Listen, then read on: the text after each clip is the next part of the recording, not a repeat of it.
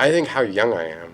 Like, we think of ourselves as so big when we graduate high school, but then you get here and you think, oh, I'm 19. I don't have to have it all figured out. There's so much ahead. I think routines. Uh, you get used to having people tell you where to be and when, and suddenly you don't have that anymore, and you have to find the self motivation to get out of bed and get to places on time and go to bed on time, and that's always more difficult than it seems. A little cliche, but I think meeting people. The university makes it easy because they just throw you in with a bunch of people you don't know and force you to make friends. But I found that process fun, and at the end of it, I met some really great people. So I think I would say your timeline is your timeline, and you don't have to rush. You don't have to be on par with anyone else at the same time. You don't have to measure yourself to anyone else. If you're getting things done and you're growing as a person, it doesn't matter how slow you're doing it. You're still doing great.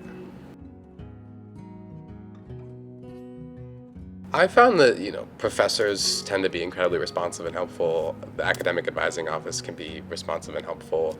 I think my general rule is when in doubt, email somebody. You send somebody an email saying, I'm having this issue, can you help me out? And more likely than not, they will respond and try to solve it for you.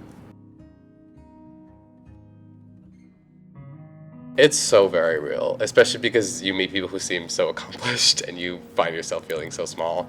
And I mean, I just like to say, screw them. Who cares, like everyone's circumstance is based off of their past and their upbringing, and it has nothing to do with like how good of a person they are. Like, you are valid just because you're here. You don't have to prove anything to anybody. I do. I mean, I think you feel homesick for two reasons, right? One, you miss a place, and two, you miss people or things. And I think if you miss a place, I always say, get out in the city. The city has so much to offer, and you're bound to find somewhere that will resemble something that you miss.